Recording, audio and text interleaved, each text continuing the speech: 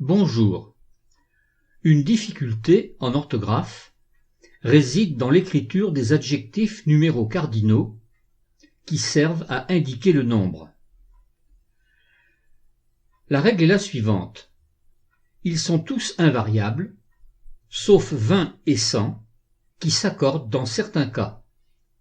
Nous allons étudier ces différents cas.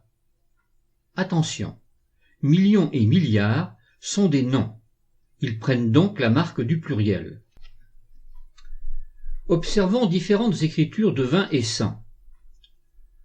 La règle est la suivante.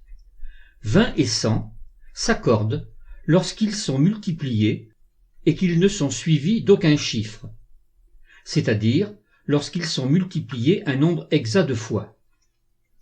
100. 100 ici n'est pas multiplié. Par conséquent, 100 s'écrit avec un T. 150. 100 plus 50. 100 n'est pas multiplié. Donc 100 s'écrit avec un T. 200. 200 c'est 2 fois 100. 100 est multiplié. Par conséquent, ici, 100 prendra un S. 220. C'est 2 fois 100 plus 20. Donc 200, ici, ne prend pas d'S puisqu'il est suivi de 20. Et 20 ne prend pas d'S puisque 20 n'est pas multiplié. 305. C'est 3 fois 100 plus 5.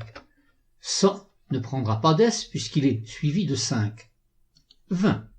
20 ne prend pas d'S puisqu'il n'est pas multiplié. 24. 20 ne prend pas d'S puisqu'il n'est pas multiplié. 80. C'est 4 fois 20. Ici, 20 prendra un S. 86. Ici, 80 ne prend pas d'S puisque 80 est suivi de 6. 687. C'est 6 fois 100, mais 100 ne prend pas d'S puisqu'il est suivi de 87. Et 20 ne prend pas d'S puisqu'il est suivi de 7. 2000. 2000 est invariable, comme les autres adjectifs numéros cardinaux. Par conséquent, 1000 ne prend pas d'S. 3 200. Million prend un S parce que million est un nom. Donc million s'accorde puisqu'il y a 3 millions. 200, 100 prend un S puisque nous avons 2 fois 100.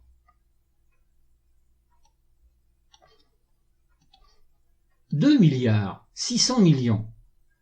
2 milliards, milliard prend un S puisque milliard est un nom et qu'il y a 2 milliards. 600 millions.